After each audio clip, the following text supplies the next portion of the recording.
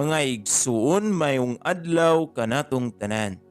Karon adlaw na usab nga Martes, Pitsa 19 sa bulan sa Setyembre sa tuig 2023. O karon mga igsuon aniya nakita sa ikakauhaag upat nga semana sulod sa tuig. Sa ngalan samahan sa Anak ug sa Espiritu Santo. Amen. Ang Ebanghelyo kinutlo gikan sa basahon sumala ni San Lucas, Kapitulo 7, versikulo 11 ngadto sa 17.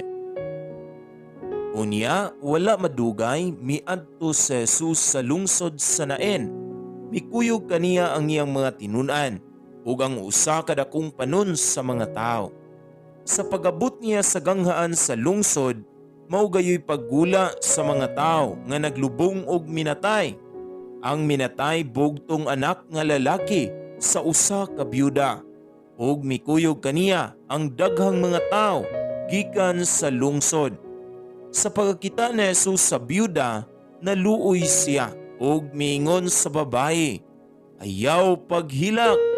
Unya miduol si Jesus og gihikap niya ang lungon. Og mihunong ang mga tao nga nagyayong sa lungon. Unya mingon si Jesus, "Dong, bangon!" Milingkod ang minatay og misulti. Og gihatag siya ni Jesus ngadto siyang inahan. Nahadlok og nahibulong ang tanan. Og gidayeg nila ang Dios sa pag-ingon, "Usa ka gamahanang propeta mitungha kanato." Og ang Dios mianhi aron pagluwas sa iyang katawhan. Mikaylap sa tibok Judea ug sa kasikbit nga kayutaan ang maong balita mahitungod kang Jesus. Mga igsuon, ang Ebanghelyo sa Ginoo. Daygon ikaw, o Kristo. Mga igsuon ko ni Kristo, kumusta? Gikapoy na ka? Padayon lang sa pagtikang paabante sa imo nga mga lakang sa dalan nga naay Dios sa atong kinabuhi. Mamahimong gikapoy na ka tungod sa daghang problema nga imo karong gihambin ug feeling nimo ikaw ra usan nag-inusara. Wala kay kastorya, kasumbungan nga makapaluag-luag sa gibating kahuot sa imong dughan.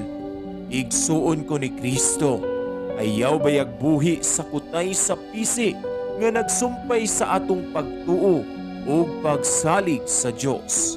Atagi og panahon ang imong kaugalingon sa pagpahulay, paghinulsol o pagampo sa Dios.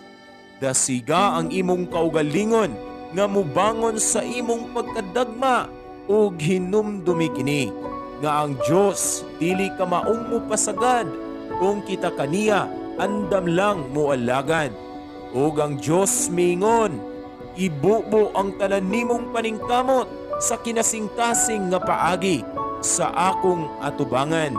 Ug ayuhon ko ikaw, ug hatagan ko ikaw sa tinud-anay kalipay ug kinabuhing puno sa kalinaw. Amen.